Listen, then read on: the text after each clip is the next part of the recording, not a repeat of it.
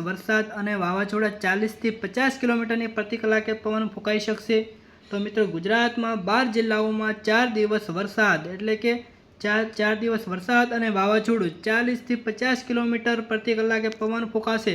મુખ્ય હાઇલાઇટ જોઈએ તો ગુજરાત હાલ આગ ઓગતી ગરમી વચ્ચે આગામી દિવસોમાં વાતાવરણમાં પલટો આવવાની શક્યતા છે।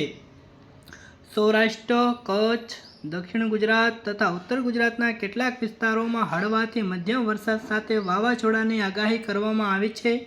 ગ્લોબલ વોર્મિંગના કારણે છેલ્લા કેટલાક સમયથી મે મહિનાના અંતિમ અઠવાડિયા સમયે ગુજરાતમાં વરસાદ તેમજ વાવાઝોડાની સ્થિતિ સર્જાઈ છે। યથાવત હોય તેમ 44 ડિગ્રી સાથે સુરેન્દ્રનગર સતત બીજા દિવસે રાજ્યનું સૌથી હોટેસ્ટ સિટી રહ્યું છે। ત્યારબાદ 43.6 ડિગ્રી સાથે તાપમાન સાથે અમદાવાદ બીજા ક્રમે રહ્યું છે।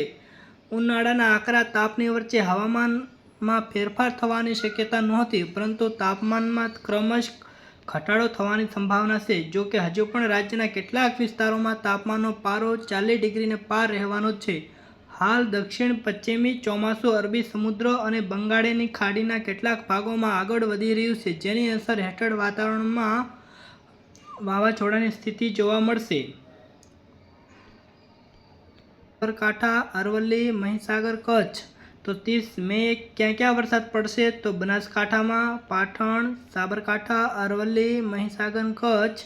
31 મે બનાસકાંઠા, પાટણ, સાબરકાંઠા, અરવલ્લી, દાહોદ, મહીસાગર, છોટાઉદેપુર અને કચ્છમાં વરસાદ પડવાની શક્યતા છે। 1 જૂન જોઈએ તો પાટણ, બનાસકાંઠા, સાબરકાંઠા, અરવલ્લી, પંચમહાલ, દાહોદ, મહીસાગર, વડોદરા, છોટાઉદેપુર, નર્મદા, અમરેલી અને ભાવનગર। 2 જૂન પંચમહાલ, દાહોદ, મહીસાગર, વડોદરા, છોટાઉદેપુર, નર્મદા, ડાંગ, તાપી, અમરેલી।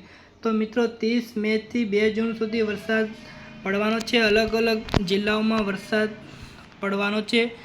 તો મિત્રો તમારે કયા જિલ્લામાં રહો છો તે જરૂર કોમેન્ટમાં જણાવજો। હવે આપણે આગળના જોઈએ કે રાજ્યના મોટાભાગના વિસ્તારોમાં આગામી 48 કલાક સુધી મહત્તમ તાપમાનમાં કોઈ ફેરફાર થવાની શક્યતા નથી। આ પલટો સંભવિત છે।